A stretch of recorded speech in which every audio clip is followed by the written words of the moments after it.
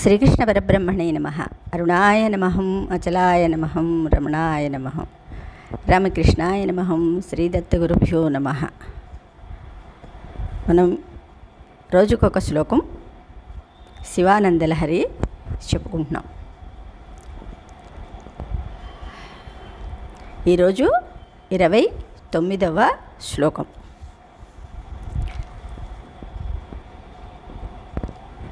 సుందరకాండని పెట్టాను, కానీ ఎక్కువగా అది మూవ్ అవ్వట్లేదని చెప్పి, ఎక్కువ చూడటం లేదని చెప్పి, సరే అందరికీ తెలిసేమో అని సుందరకాండని డిలీట్ చేసేసాను మొత్తం అంతా. అలాగే ఇంట్రెస్ట్గా మీరు చూడాలి అని అనుకుంటే దీన్ని కంటిన్యూ చేస్తాను.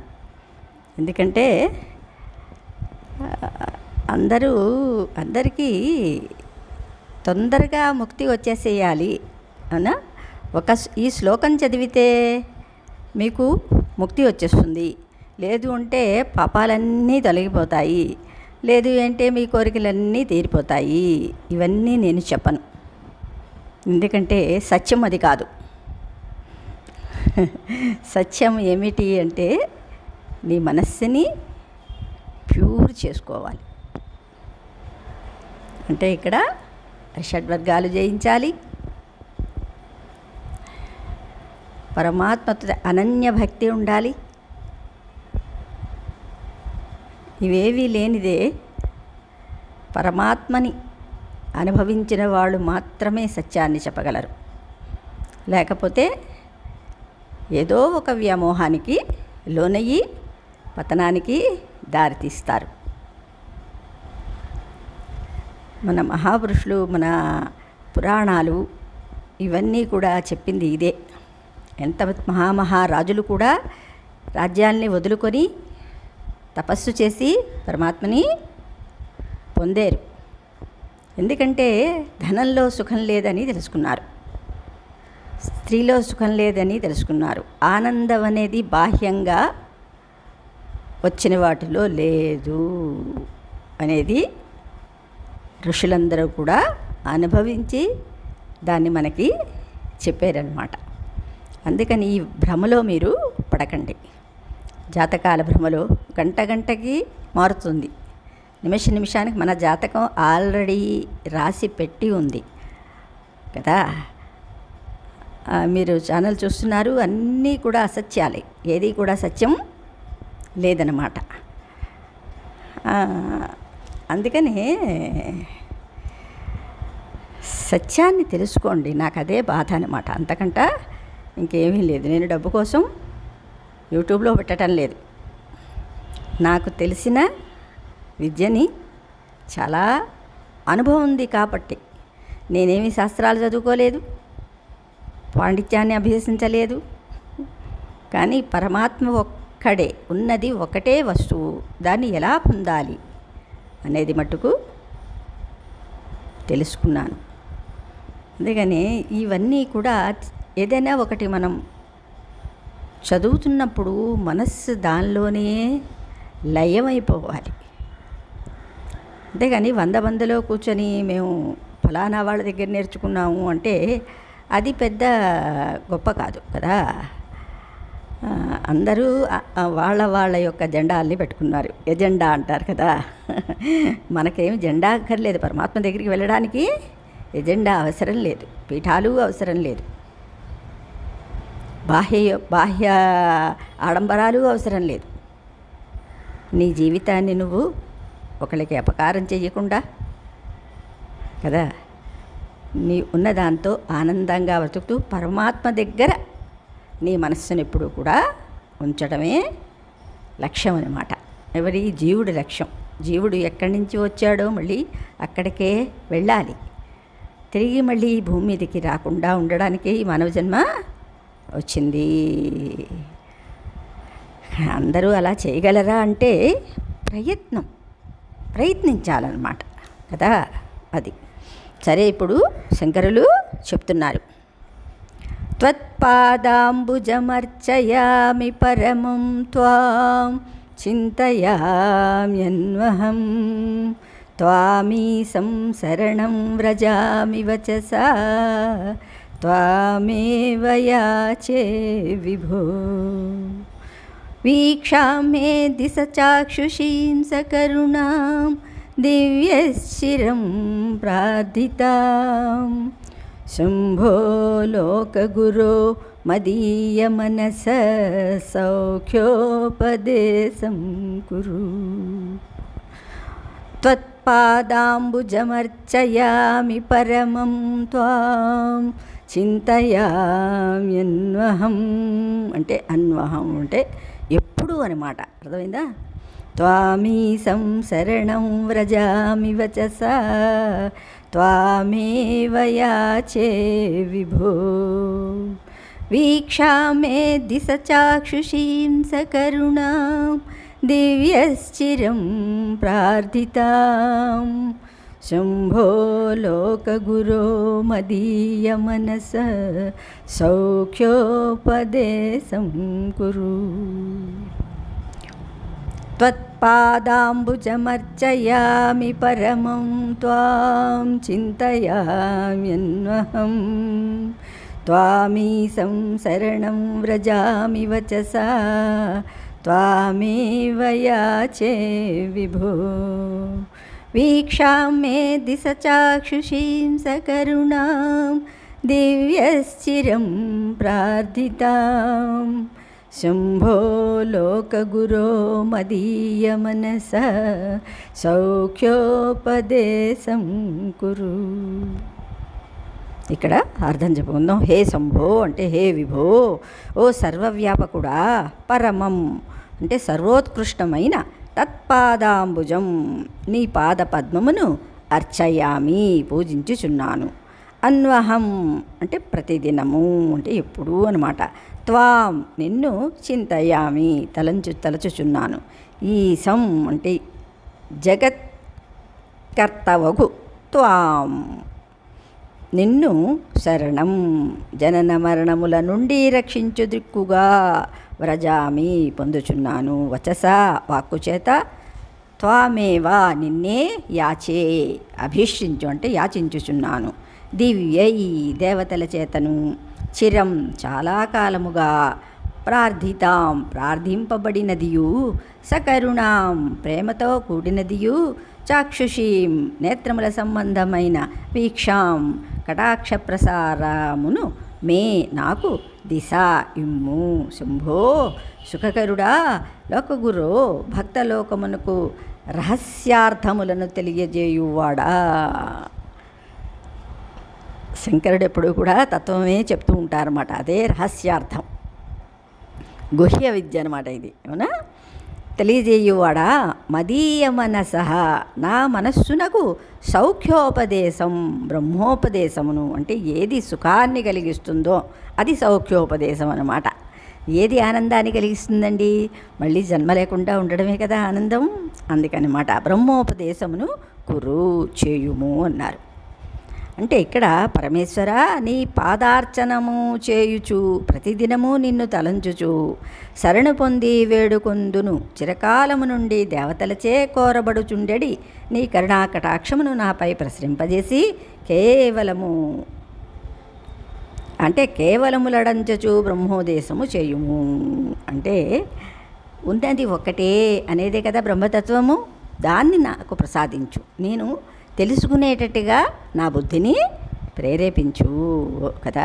అది ఏ పని ఫలితం అవ్వాలన్నా ఆ పనికి చేసే ప్రయత్నం త్రికరణ శుద్ధిగా చేయాలి. త్రికరణ శుద్ధిగా అంటే ఇక్కడ వాక్కు మనస్సు కర్మ ఈ మూడు కూడా ఒకే లైన్లో ఉండాలన్నమాట. అంటే వాక్కు ఏది అంటే బుద్ధి ఏది ఆలోచిస్తుందో అంటే మనస్సుతోటే కదా ఫస్ట్ వస్తుంది. మనస్సులోంచి వచ్చిన దాన్ని బుద్ధి చెప్తుంది, బుద్ధి నుంచి వాక్కు కదా.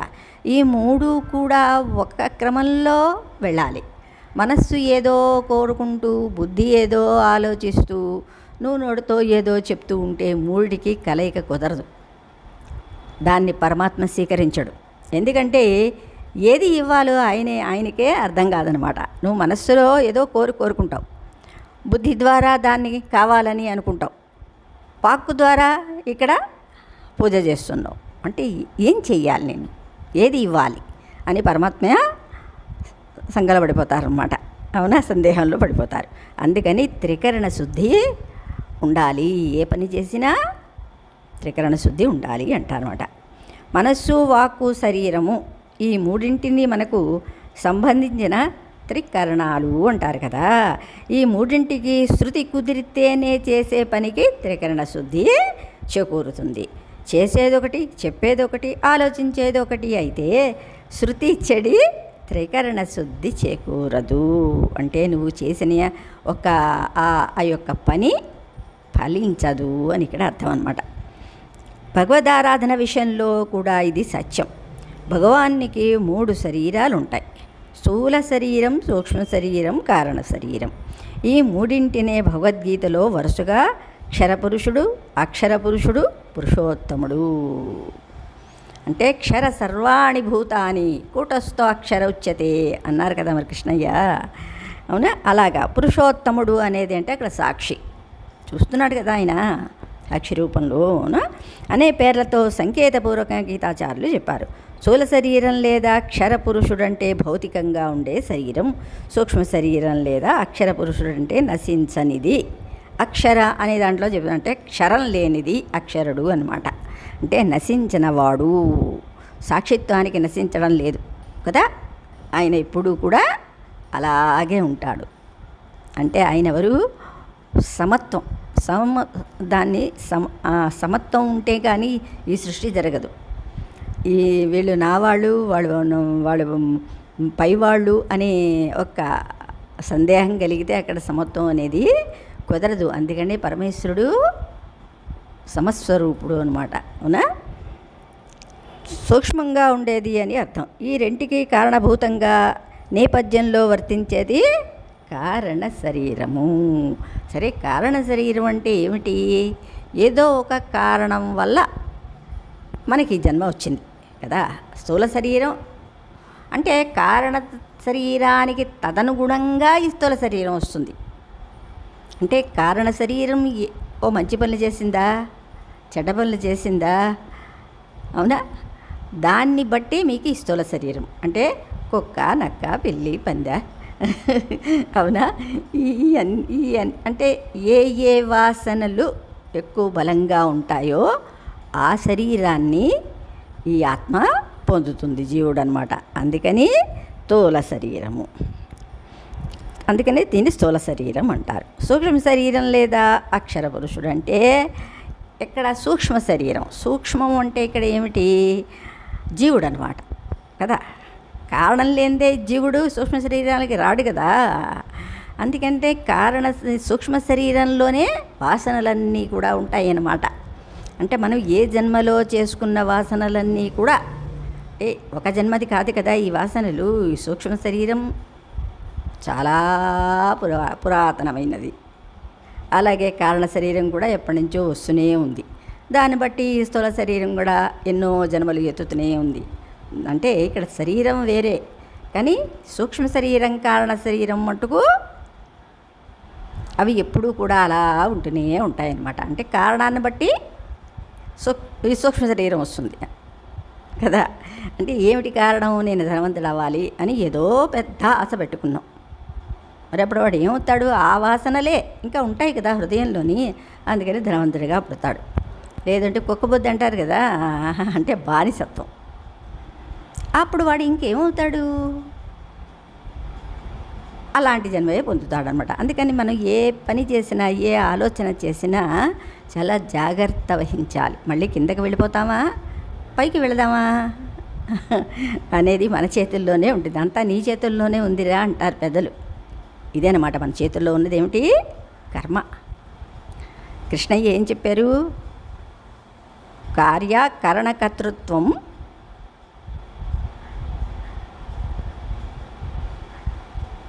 మర్చిపోయాను. అంటే ఇది మాయ యొక్క ఆట కదా.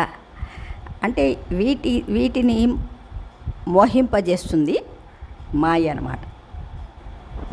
అంటే కార్యకరణకర్తృత్వే హేతు ప్రకృతి రుచ్యతే పురుష సుఖ దుఃఖానాం భోక్తృత్వే హేతురుచ్యతే అన్నారు. అంటే ఎందుకు మనం ఈ ఈ పురుషుడు అంటే ఇక్కడ జీవుడు అనమాట. ఎన్నో కారణాల వల్ల, ఎన్నో వాసనల వల్ల ఈ జన్మ వస్తుంది. ఇది చాలా డీప్గా కొంచెం సేపు, అందుకని అందరూ కూడా మెడిటేషన్ చేయాలి అని చెప్తున్నాం. మెడిటేషన్ చేస్తే ఏమవుతుందంటే వాసనలు తగ్గుతాయి. ఫస్ట్ మనకి ఏమిటో వాసనలు తగ్గుతాయి, శరీరానికి ఆరోగ్యం చేకూరుతుంది. ఎందుకంటే ఎందుకు శరీరానికి ఆరోగ్యం చేకూరుతుంది అంటే ఇక్కడ ప్రాణం అంతా మన శరీరంలో వ్యాపిస్తుంది. అప్పుడు ఉచ్ఛ్వాస నిశ్వాసాల కొంచెం అంటే కుంభకం రేచకం దాంట్లోనే ఏమవుతుందంటే మన యొక్క శరీరంలో ప్రాణశక్తి పెరుగుతుంది, దానివల్ల ఆరోగ్యం బాగుపడుతుంది కదా. అది ఇంట్లోనే మనం ప్రాక్టీస్ చేసుకోవాలన్నమాట. దీనివల్ల ఏమవుతుందంటే నేను ఎవరు అనేది కూడా మెల్లిమెల్లిగా అర్థమవుతుంది కదా. అందుకని మంచివి చదవాలి, వాటి గురించి ఆలోచించాలి, బైహార్ట్ చేయాలి. ఎందుకంటే మనం మెడిటేషన్లో కూర్చున్నాం అనుకోండి, కూర్చున్నప్పుడు దేన్ని తలచాలి అంటే ఒక శ్లోకాన్ని పట్టుకుంటాం.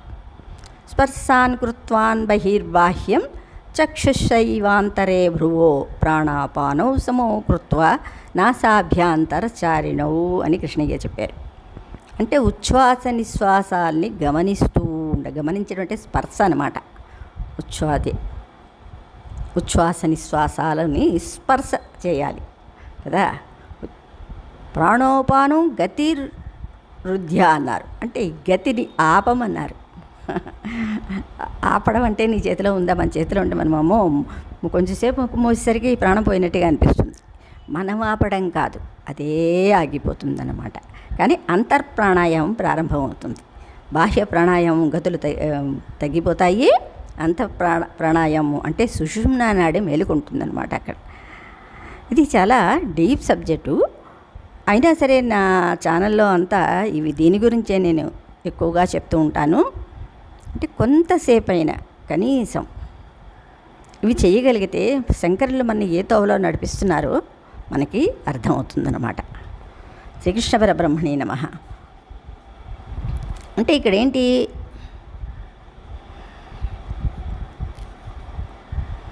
అదంతా అద్దు.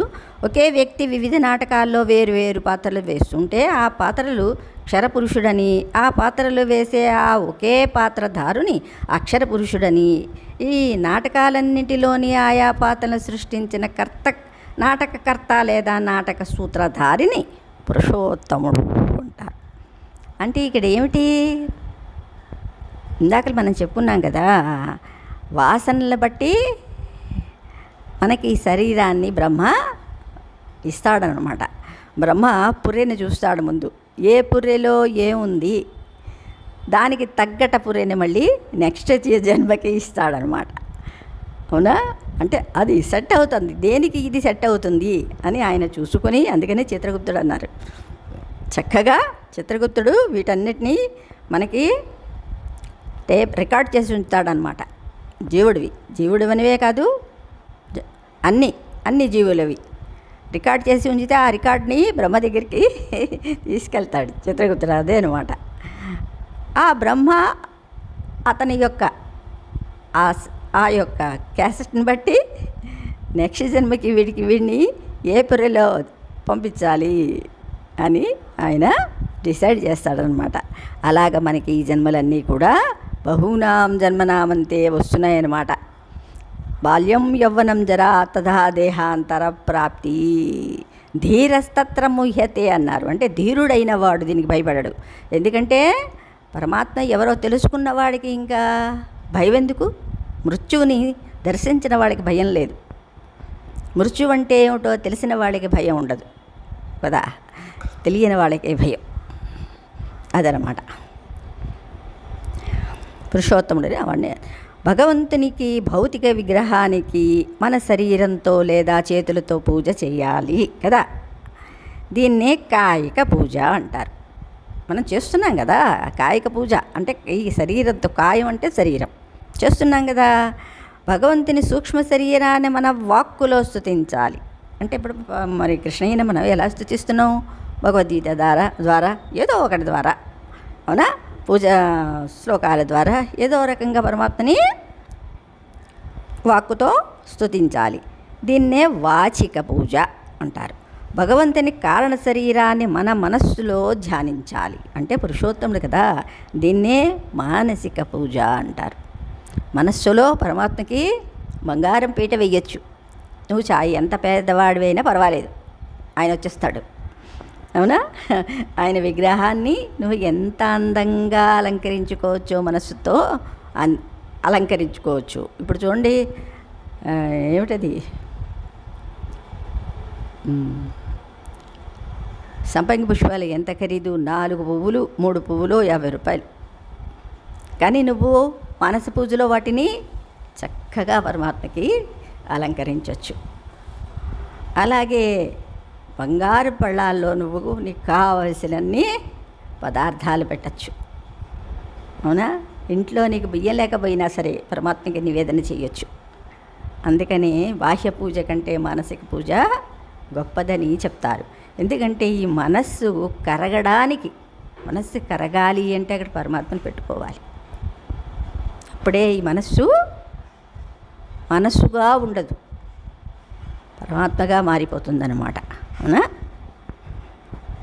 మానసిక పూజ అంటారు. ప్రస్తుత శ్లోకంలో శంకరులు శివుని విగ్రహానికి ఉన్న పాదాలను చేతులతో పట్టుకొని, అంటే కాయక పూజ కదా, కాయక పూజను చేసి వాక్కుతో శివుని సూక్ష్మ శరీరాన్ని స్తుతించి, మనస్సుతో శివుని కారణ శరీరాన్ని ధ్యానించి, త్రికరణ శుద్ధిగా ఆరాధిస్తూ సంపూర్ణంగా శరణుజొచ్చి, దేవతలు కూడా చిరకాలం కోరుకునే శివుని కరుణాదృష్టి తనపై ప్రసరించాలని కోరుకుంటున్నారు.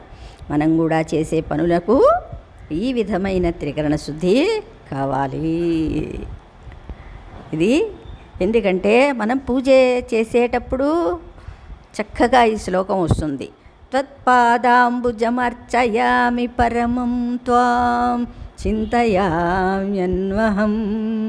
త్వామీశం శరణం వ్రజామి వచస త్వామేవ యాచే విభో వీక్షాం మే దిశచాక్షుషీం సకరుణాం దివ్యశ్చిరం ప్రార్థితాం శంభో లోకగురో మదీయ మనస సౌఖ్యోపదేశం కురు.